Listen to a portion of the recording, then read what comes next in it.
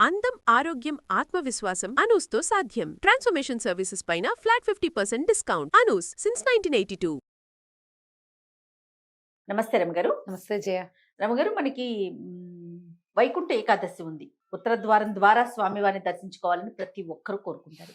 మీరేం చేసేవారు? మీరు ఎప్పుడైనా వెళ్ళారా అట్లా స్వామిని? ఎక్కడైనా ఏదైనా ఆలయంలో దర్శించుకునే అవకాశం దొరికిందా మీకు? చాలా ఏళ్ల క్రితం భద్రాచలం వెళ్ళాను నేను. ఎప్పుడో మా అమ్మ మా పెద్ద బాబా కూడా ఉన్న రోజుల్లో, ఎప్పుడో చాలా కాలం క్రితం. నా పెళ్లి కూడా కాలేదు. ఒకటి ఏకాదశికి భద్రాచలం వెళ్ళాం. రష్, భయంకరమైన రష్. ప్రతి ఆలయం అలానే ఉంటుంది కదండి, ఇంచుమించుగా. అంటే అదేదో విశేషమైన ఆలయం కాబట్టి అని అనుకోవడానికి వీల్లేదు. ఇప్పుడు ప్రతి విష్ణు ఆలయము ప్రతి చోట ఉత్తర ద్వార దర్శనానికి బారులు తీరుతారు. శ్రీనగర్ కాలనీ వెంకటేశ్వర స్వామి దేవాలయానికి ఇక్కడ ఉన్న శివాలయపు సందు నుంచి ఉంటాయి. అవును, మెయిన్ రోడ్ నుంచి లైన్, శివాలయం సందులో నుంచే లైన్ ఉంటుంది.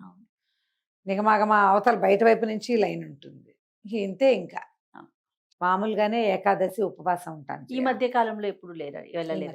ఎప్పుడు ఎక్కడికి వెళ్ళలేదు. మొన్న మన టీటీడీది ఆన్లైన్ ఇది వేశాను. అసలు ఆ ఆన్లైన్ డిప్పు ఎవరికి వస్తుందో ఎప్పుడు రాదు. నాకు 2 ఏళ్ల నుంచి వేస్తున్నాను. ప్రతి నెల ఎందుకు నీకు రాదు మానేయమంటారు మా వాళ్ళు. ఆ 18వ తారీఖు 10 అయ్యేసరికి నాకు చేతులు దురద పెట్టేస్తాయి, వేసేసేయాలి. రాదు. ఎప్పటికైనా లక్కీ డిప్ వస్తుందేమో అని చూస్తాను. నాకు అవకాశాలు ఉన్నాయి జయ, నా దారిని నేను వెళ్ళచ్చు. మామూలు టికెట్లు తీసుకోవచ్చు. ఏదైనా కొంచెం పరిచయం ఉపయోగించుకునే అవకాశం కూడా ఏదో భగవంతుడు రాసి పెట్టాడు. కానీ నేను ఈ అదృష్టాన్ని పరీక్షించుకోవాలని ఉంటుంది. సస్వేమిరా రాదు. ప్రతి నెల టెన్షన్గా 10వ గంటకి 1 నిమిషం ఆలస్యం చేయకుండా దానికి 5 నిమిషాలు ముందే లాగిన్ అయిపోయి కూర్చుంటా. అంత టెన్షన్గా చేసే పని నిజంగా నాకు తెలిసి ఇంకోటి లేదు నా జీవితంలో. అయినా కూడా 2 సంవత్సరాలు అంటే దాదాపుగా 24 నెలల పైన, 28, 29 నెలల నుంచి వేస్తున్నా. ఎవ్రీ మంత్ వేస్తాను నేను, కానీ రాదు. అలాగే ఇది కూడా వేసాను, రాలేదు. సరే భగవంతుడు ఆజ్ఞ లేదని అంతే అనుకుంటా దండం పెట్టుకుని మామూలుగా మన దేవాలయాలకు వెళ్తే విపరీతమైన రష్ ఉంటుంది జయ. నేను ఏం చేస్తున్నానంటే అందరూ అనుసరించే విధానమే. అదేదో ఒక టీవీ ఆన్ చేస్తారు, అలా ఉత్తర ద్వారాల్లో అక్కడ ఇక్కడ ఎక్కడో అన్నీ చూపించేస్తారు. రంగనాథుడిని కూడా దర్శనం చేసుకుంటాను. నేనైతే జయ టీవీకి వెళ్ళి దండం పెట్టేసుకుంటాను. చూస్తూనే ఉంటా. భద్రాచలం చూపిస్తారు, మన తిరుమల తిరుపతి చూపిస్తారు. ఎస్బీసీకి వెళ్తే వాళ్ళే కనపడతారు కదా. అక్కడి నుంచి మనకి చుట్టుపక్కల ఉన్న కొన్ని దేవాలయాలు కూడా కవర్ అవుతాయి. రంగనాథుడు కనిపిస్తాడు శ్రీరంగం నుంచి. వాళ్ళు ఏమేమి దేవాలయాలు వేస్తారో మొత్తం అన్ని దేవాలయాలు చూసేస్తాము హాయిగా. అక్కడికే వెళ్తే ఇంత బాగా అవుతుందో అవదో, తోపులాటలు, తనలాటలు, మధ్యలో పోట్లాడుకోవటాలు, దేవాలయాన్ని చూడగలుగుతాం. అదే మనం ఇంట్లో నుంచి అన్ని చూసేస్తాం. అన్ని చోట్లకి దండాలు పెట్టేసుకుంటాం. అలా అనుకొని మనం తృప్తి పడాలి. నేనైతే అదే అనుకుంటా. నీకు ఎప్పుడు కూడా క్షేత్రంలో నివసించటము, నిలబడ్డము, క్షేత్రపు గాలిని పీల్చటం, ఆ వాతావరణంలోకి వెళ్ళటం, మాంసనేత్రంతో భగవంతుణ్ణి స్వరూపంతో దర్శనం చేయటం, అవన్నీ విశేషమే. సూక్ష్మంలో మోక్షం టీవీ. అంతే. ఏం చేస్తాం? నేను అన్ని చోట్ల శ్రద్ధగా దండం పెట్టుకుంటా, తర్వాత చెప్పుకుంటాను. ఆయన ప్రత్యక్షంగా చూసే అవకాశం ఏనాటికి ఇస్తావో కదా, ఎప్పటికో ఇస్తావు, వస్తుంది ఎప్పుడో. కానీ ఈ లోపల చక్కగా కెమెరా కాబట్టి దగ్గర నుంచి స్వామివారి తల దగ్గర చటా చూపించి సర్వాంగంగా సుందరంగా ఎట్లా అలంకరించారో స్వామివారిని, అంతా కళాత్మకంగా ఎట్లా తయారు చేశారు ఆ ప్రతిమలు, అవన్నీ చూసేసి గోవిందా గోవింద అనుకోవటం, దండం పెట్టుకోవటం. ఏకాదశి నేను ప్రతి ఏకాదశి ఉపవాసం ఉంటారు. వైకుంఠ ఏకాదశి సేమ్ డిట్టో ఇదే. అయితే మనకి దీనికి విశేషంగా చెప్పేది ఏంటంటే, దీన్ని వైకుంఠ ఏకాదశి ముక్కోటి ఏకాదశిగా చెప్తారు. పుష్యమాసంలో వస్తుంది. ధనుర్మాసం ప్రారంభమయ్యి సూర్యుడు ధనురాశి నుంచి మకర రాశి లోపలికి నడిచే మధ్య మార్గంలో ఈ ఏకాదశి వస్తుంది. ఇప్పుడు స్వామివారు వైకుంఠంలో ఉన్న ఉత్తర ద్వారాల నుంచి కనిపించాడని, ఆ ద్వారాలని స్వామి స్వయంగా తెరిచి ఆయన అక్కడ దర్శనమిచ్చాడని చెప్తారు. 3 దేవతలకి దర్శనమిచ్చాడు, 3 దేవతలతోటి దర్శనమిచ్చాడు. ఈనాడు ఆ దర్శనం చేస్తే 3 సార్లు దర్శనం చేసినటువంటి ఫలితం లభిస్తుంది. 3 కోట్ల ఏకాదశులు ఫలిస్తాయి మనకి. ఇన్ని విధాలుగా చెప్తారు. అసలు ఏకాదశి కథే వింతైన కథ. మురాసురుడనే ఒక రాక్షస సంహారానికి భగవంతుడైనటువంటి జగన్నియామకుడైన మహావిష్ణువు ప్రయత్నం చేస్తున్నప్పుడు వాడు చాలా వరాలు ఎక్కువగా ఉండటం వల్ల సులువుగా సంహరింపబడల. మురాసురుడు, వాడి పేరే ముర అంటారు. అయితే ఈయన ఏం చేశారు, ఒక గుహలోకి వెళ్ళి అతన్ని సంహరించడానికి సరిపడా ఆయుధ స్మరణ కోసం ఒకంత విశ్రాంతి తీసుకున్నాడు. ఆయన విశ్రమించి ఉన్నప్పుడు ఆయన శక్తులన్నీ ఏకీకృతంగా ఉండి సేనావస్థలో ఉన్నాడు. ఈ మురాసురుడు లోపలికి ప్రవేశించి స్వామివారి మీద దాడి చేయబోయాడు.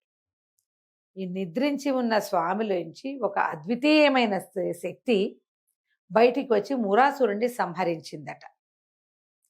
ఆ తనలోంచి బయటకు వచ్చినటువంటి ఆ శక్తికి భగవంతుడు ఏకాదశి స్వరూపిణి కమ్మని ఆశీర్వదించాడు. నీది ఏ రోజున నీ ఏకాదశి తిథి వస్తుందో ఆ రోజున ఉపవాసం చేసిన వాళ్ళకి కోటి ఉపవాసాల ఫలితం లభిస్తుంది. నెలంతా ఉపవాసం ఉండకపోయినా పర్వాలేదు. ఏకాదశి నాడు ఉపవాసం ఉంటే నెల రోజులు ఉపవసించిన ఫలితం లభిస్తుంది. ఈ ఉపవాసం అంటే సింపుల్, కళ్ళు మూసుకుని అన్నం మానేయటం అని రాసుకుంటాం మనం. కాదు, ఉపసమీప వసనము. స్వామివారి అసలు ఉపవాసం అంటేనే సమీపంలో నివసించటము. స్వామివారి సమీపంలో ఉండటం. స్వామివారి సమీపంలో ఉంటే మనం వైకుంఠం వెళ్తామా? కాదు, స్వామి నామస్మరణ చేసుకుంటాం. అప్పుడు స్వామి దగ్గర మనం ఉన్నట్టు, మన దగ్గరే స్వామి ఉంటాడు. నువ్వు నామం చదువుతూ ఉంటే ఉంటాడు కదా మన పక్కన. అట్లా నామ సంకీర్తనతోటి ఉపవాసం చేయాలి. అయితే ఈ కాలంలో ఈ మురాసురుడు విష్ణువుకి దొరకకుండా ఉండడానికి బియ్యంలో దాక్కున్నాడని, ధాన్యంలో. అందుకని ఈ రోజున ధాన్యం తినకుండా ఉండాలని ఒక నియమం ఏర్పరిచారు. ధాన్యం అంటే వరి బియ్యం. బియ్యాన్ని వండితే అన్నం అవుతుంది. అందుకని అన్నం తినద్దు, తద్భిన్నం ఏదైనా తినాలి. అన్నం తింటే ఒంటికి కొంచెం మత్తు, విశ్రాంతి కావాలనిపించడం అవి వస్తాయి. జాగ్రత్త అవస్థ తక్కువ ఉంటుంది. ఈ ఏకాదశి నాడు ఉపవాసం పేరుతోటి నిరాహారంగా ఉండటం ఎంత ముఖ్యమో, జాగరణ పేరుతోటి తెల్లవారులు నిద్రపోకుండా ఉండటం అంత ముఖ్యం. అన్నం తింటే నిద్ర వస్తుంది, అన్నం తినకపోతే నిద్ర రాదు. నిద్రని జయించటానికి, ఆ మందకొడితనాన్ని పోగొట్టుకోవటానికి అన్న విసర్జన అవసరము. జాగారం చేయగలుగుతాం. ఇప్పుడు అట్లా మనకి నెలలో 24 ఏకాదశులు ఉన్నాయి. నెలకి 2, ప్రతి మాసానికి 2 ఏకాదశులు. ఈ 24 ఏకాదశుల్లో అత్యంత ముఖ్యమైనవి చెప్పబడే 4-5 కూడా ముక్కోటి ఏకాదశి ఇంకా ముఖ్యమైన. అవునండి. అన్నీ చేయలేకపోయినా ఈ ఒకటైనా చేయండి అంటారు. ఈ ఏకాదశి నాడు భోజనం చేయరాదు. నిద్రించకుండా ఉంటే మరీ మంచిది. ఒకవేళ నిద్రించకుండా ఉండగలిగితే జాగరణ చేసి ద్వాదశి నాడు పారణ చేసుకోవాలి. ఈ రోజున భగవంతుడు ఉత్తర ద్వారం నుంచి దర్శనమిస్తాడు. ఉత్తర ద్వారం నుంచి ప్రతిష్ట కలిగిన దేవాలయంలోని స్వామిని గనక మనం చూడగలిగితే మోక్షం లభిస్తుందని శాస్త్రవచనం అట్లా చెప్పబడింది. రమ్మగారు, ఉత్తర ద్వార దర్శనమే ఎందుకు ప్రత్యేకించి చెప్పబడింది? ఎందుకంటే ఆ రోజున, ఈ ముక్కోటి ఏకాదశి రోజున స్వామివారు వైకుంఠంలోని ఉత్తర ద్వారం నుంచి దర్శనమిచ్చారు. దాన్ని 4 ద్వారాలు ఉంటాయి వైకుంఠానికి. ఆ ఉత్తర ద్వారం నుంచి ఆయన కనిపించాడు. అప్పుడు ప్రజలంతా తరించారు. 2 రాక్షసుల కోసం ఆ ప్రత్యేక ద్వారాన్ని ఆయన తెరిచాడని చెప్తారు ఒక కథ. అది ప్రఖ్యాతమైన గాథ కాదు, కానీ ఈ వాక్యాలే చెప్తారు. అదేలేండి. అందుకని ఈ ఉత్తరం వైపు నుంచి గనక మనం దర్శనం చేస్తే మోక్షం లభిస్తుంది, వైకుంఠ ప్రవేశానికి అవకాశం లభిస్తుంది మనకి. అంటే దీని ప్రకారం ఒక్కొక్క ద్వారానికి ఒక్కొక్క ప్రత్యేకత ఉన్నాయి అవన్నీ. తూర్పు వాకిలి తెరుచుకుంటుంది మామూలుగా తెరుచుకునేది తూర్పు వాకిలి, ఎప్పుడు రాకపోకలు సాగేవి. ఇప్పుడు తూర్పు, ఇది తూర్పు అనుకో, దీనికి ఎడం వైపు ఉన్నది ఉత్తర ద్వారం, అంతేగా. అవును. కుడివైపు ఉండేది దక్షిణము, ఎడం వైపు ఉండేది ఉత్తరము, వెనుకున్నది తూర్పు, పడమర. ఇప్పుడు ఈ వైపు ద్వారం తెరవబడింది. ఆ రోజు ఆయన అక్కడ దర్శనం ఇచ్చాడు. అది మహోత్కృష్టమైన దర్శనంగా, తర్వాత ఆ రాక్షస సంహారం జరిగిన రోజుగా విశేషంగా కనపడుతుంది. ఇది ఇంతకు ముందు నిద్ర లేచాడు కదా, ఉత్థాన ఏకాదశి చేశారు. ఎప్పుడు చేసాం మనం? కార్తీక పౌర్ణమి. కార్తీక పౌర్ణమి తర్వాత మార్గశిర పౌర్ణమి అయిపోయింది. కార్తీక పౌర్ణమి అంటే అదే కార్తీక పౌర్ణమి ముందున్న ఏకాదశి కార్తీక మాసంలో వచ్చింది. కార్తీక మాసం తర్వాత మొదటి ఏకాదశి తర్వాత బహుళ ఏకాదశి వచ్చింది. మార్గశిర శుద్ధ ఏకాదశి గీతా జయంతిగా చేసుకున్నాం. మార్గశిర బహుళ ఏకాదశి గడిచిపోయింది. పుష్యశుద్ధ ఏకాదశి తొలి ఏకాదశి స్వామివారి నిద్ర లేచిన తర్వాత ఇదో మళ్ళీ 4వ ఏకాదశి నాడు దేవతలందరికీ ఉత్తర ద్వారం నుంచి దర్శనమిచ్చాడు స్వామి. అవును. అందుకని ఇది దేవాలయాల్లో కూడా తప్పకుండా ఉత్తర ద్వారం వైపు నుంచి దర్శనం చేయిస్తారు. వైకుంఠంలో స్వామిని దేవతలు చూసినట్టుగా మానవులందరూ దేవాలయాలకి ఉన్నటువంటి ఉత్తర ద్వారాల్లో స్వామివారిని దర్శిస్తారు. ఎంత చిన్న దేవాలయానికైనా ఉత్తరం వైపు ద్వారం ఉంచుతారు. ఆయన ఆ ద్వారం తెరిచాడు కాబట్టి, ఆయన అటు నుంచి వచ్చాడే కాబట్టి ఆ రోజున మనం అక్కడ చూస్తే కనుక ఎట్లా వీళ్ళ దేవతలందరూ మోక్ష సాధనకు అర్హులు అయ్యారు, మనం కూడా అలాగే అవుతాం. అందుకోసమని ప్రత్యేకంగా ఈ ద్వార దర్శనం చేయిస్తారు. ముక్కోట ఏకాదశి నాడు సమీపంలో ఏ దేవాలయంలో అయినా మీరు ఉత్తర ద్వార దర్శనం చేయవచ్చు. ఉపవాసం ఉండి ద్వాదశి నాడు పారణ చేసుకుని విశేషంగా దానాదికాలు చేసి ఎవరైనా వైష్ణవుడికో బ్రాహ్మణుడికో సాటి వాళ్ళు ఎవరికైనాను భోజనం పెట్టి మనం కూడా భోజనం చేస్తే ద్వాదశి పారణ చేస్తే విశేషమైన ఫలితం లభిస్తుంది. లేదా ఎవరికైనా మనం మోయనిస్తాం అంటే మన పొత్తర్లు ఇస్తారు కొన్ని చోట్ల కదా, స్వయం పాకం ఇస్తాం. స్వయం పాకము దక్షిణ తాంబూలాదులు వస్త్రాలతో పాటు బ్రాహ్మణులు ఎవరికైనా స్వయం పాకం ఇచ్చి భోజనం చేస్తే మంచిది.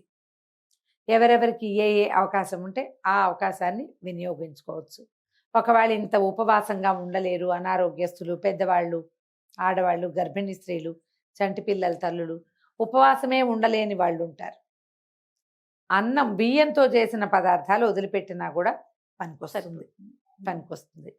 ఇలాంటి ప్రత్యేకమైన పర్వదినాల్లో ఇతరులతోటి దుర్భాషలాడడము, గట్టిగా ఏదైనా మాట్లాడడము, పోట్లాటకి దిగటము, గొడవలకి దిగటము లాంటివి చెయ్యొద్దు. సాధ్యమైనంత విష్ణునామ సంకీర్తన చేసుకోండి. విష్ణు సహస్రనామ పారాయణ కానీ, భగవద్గీత పారాయణ కానీ ఏదైనా చేసుకోవచ్చు.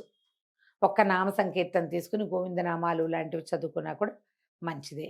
మిగిలిన అన్నం ఈ టిఫిన్ కూడా తినలేమండి, అన్నమే కావాలి, పిల్లలకి పాలు ఉండాలి, తల్లికి ఓపిక ఉండాలి, అన్నం తింటే తినండి, దండం పెట్టుకోండి. అన్నాన్ని మాదొక పద్ధతి ఉంది, ఒక ప్రత్యేకమైనదే, ప్రఖ్యాతమైనది కూడా. పొద్దున వంట చేసి స్వామివారికి నివేదన చేసేసేయండి. నివేదించిన అన్నం ప్రసాదంతో సమానం కాబట్టి అంత తప్పు లేదు. అందరికీ కాదు అమెండ్మెంట్, చేయలేని వారికి.